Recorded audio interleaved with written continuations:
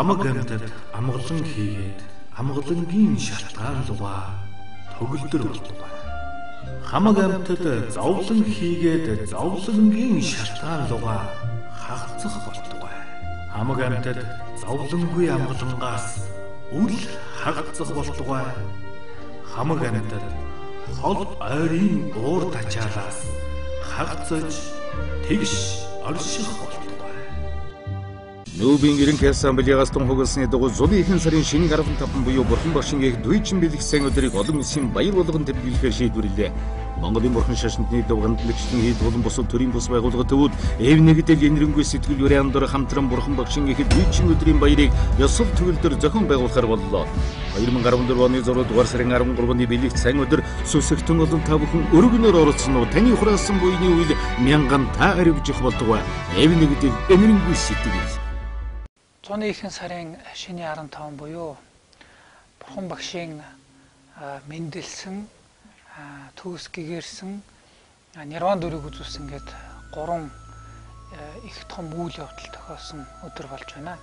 Энэ өдрийг далимдуулаад Бурханы шашны талаар жоохон тайлбар буддизм гэж юу вэ гэдэг талаар би ярих гэж бодсон юм. Ер нь Бурханы шашныг дэлхий дээр өнөөдөр 400 саяас тэрбум орчим хүн шүтдэг гэдэг. Яагаад ийм их тооны зөрүүтэй таамаг тоо гараад байдаг вэ гэхээр одоо хятадд байгаа буддистуудын тоог гаргахад их бэрхтээ гэдэг учраас хятад бол үлэм жолон одоо хэдэн зуун саяар тоологдох Бурханы шашнууд байгаа. Багаар отоход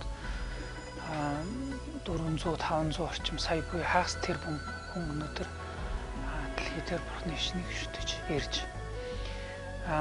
Тэгэхээр энэ олон хүмүүсийн шүтдэг за дэлхий дээр байгаа томоохон шашнууд дотроос хамгийн одоо эртний дээр үеийн гэж хэлж болох энэ Бурханы шашин маань юу вэ? Үүний ертөнцийг үзэх үзэл нь юу?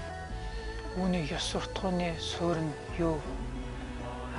Юуг дэвшүүлээд, юуг номлоод өдий олон хүмүүс энэ олон жилийн хугацаанд итгэж явсан байна. Нэг юм хоёр туулшаал харагдаад байдаг л да. Нэг хэсэг нь болохоор буддизмыг нэрийн сонсогдод идэл дургуутдаг, ууралдаг. Юу гэдгийг нарийн судлаагүй, үзээгүй, хараагүй буддийн сургаалын цаад гүнлүү хөнгөж үзээгүй атлаа. Одоо 1930-аас 90 оны хооронд хийгдсэн үзэл сурдлын бүтээлүүд нэгт. Хоёрт дэлхийн бусад шашнуудыг үгүйсгэсэн голцсон монотеизм буюу нэг тэнгэрт үзлийг үгүйсгэсэн онолын үүднээсээ Бурханы шашинд хандах энэ хандлага их хэлбэг байдаг. За нөгөө нэг тал нь болохоор мөн л Бурханы шашны юу вэ гэдгийг түүний мөнхүү чанар сургаал цөмрөө нороогүй атлаа хит өргөмжлөх.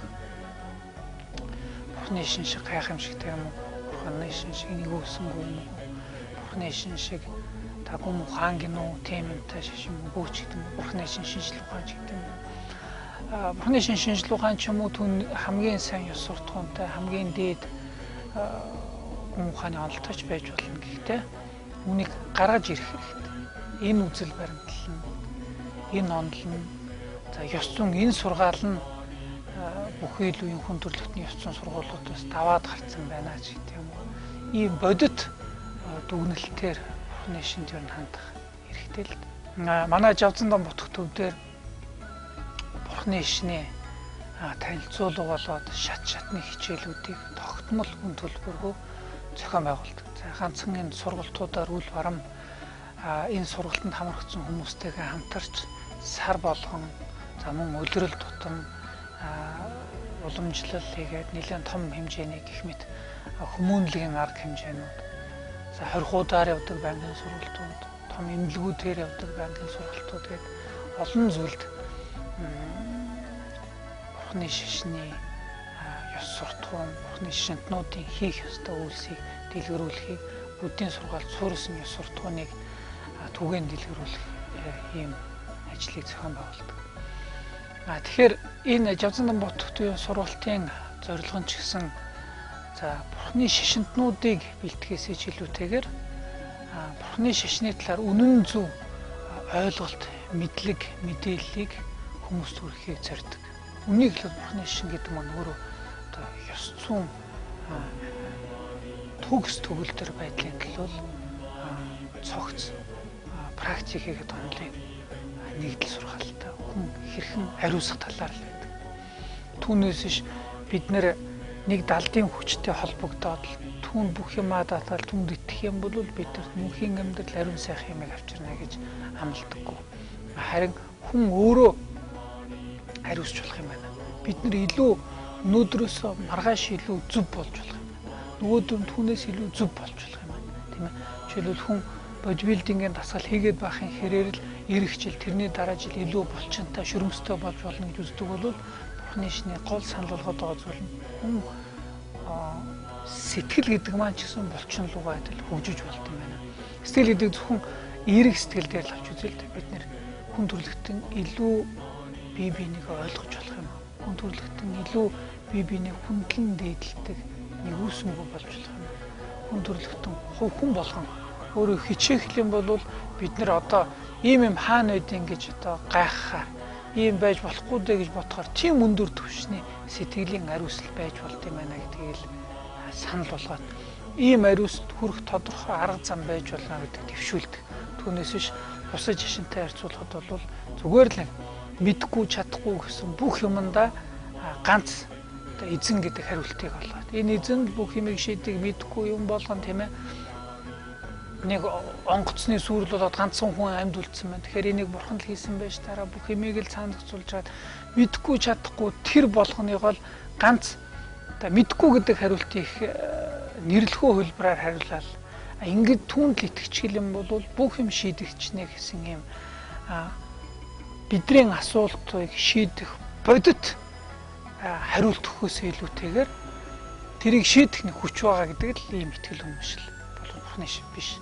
Бурхны шин бол хүн сэтгэлдээ амар амгалан байх юм тодорхой арга зам байж болно гэдэг төвшүүлээд байна. Буддизм гэдэг маань 2500 жилийн түүхтэй зөвхөн бурхан Буддагийн өөрийн зохиолын эмхтгэл гэхэд 100 гаруй бат монгол хэл дээр орчуулсан ганжуур гэж байна. Одоо цагийн хүрдэн төвдөөс ганжуурын бүтүүдийг монгол кирилл үсгэн болгож байна. За үүнд хийсэн тайлбарууд буюу зөвхөн энэтхэгт хийсэн тайлбаруудыг нь сүүлд имхэл зэгцлээд данжуур буюу 200 гаруй бат зохиол байдаг.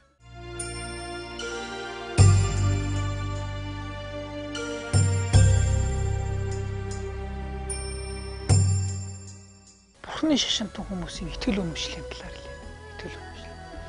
Юу гэхээр шашин болон өөрийн итгэл үнэмшлийг за энэ шашин гэдгийг жишээлбэл шинжлэх ухаанаас ялгагдах зүйл нь тэрэлтэй.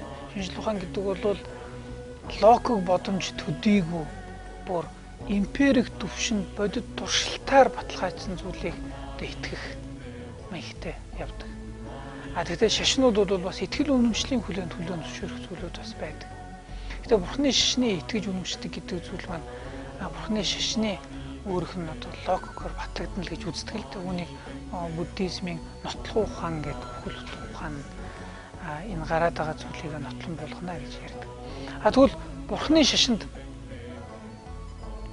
энэ орчлон хороо бүтээсэн гэдэг юм уу? Бүх юмс үзэгдлийг хажуу талаас нь зохицуулдаг тийм эзэн байхгүй гэж үздэг. Тэгээ яаж зохицогд юм бэ гэхээр бүх юм харилцсан хамааралтайгаар л энэ байгаль дэлхийн ертөнцийн нэгж гишүүн болгоны оролцоотойгоор эдгээрийн харилцсан нөлөөлөл, буцаж ирэх нөлөөлөл гэл эдгээрийн дунд л энэ үйл явдлууд маань, энэ хууль маань, тогтолцоо маань, тэнцвэр маань бий болно гэж үзэж байна.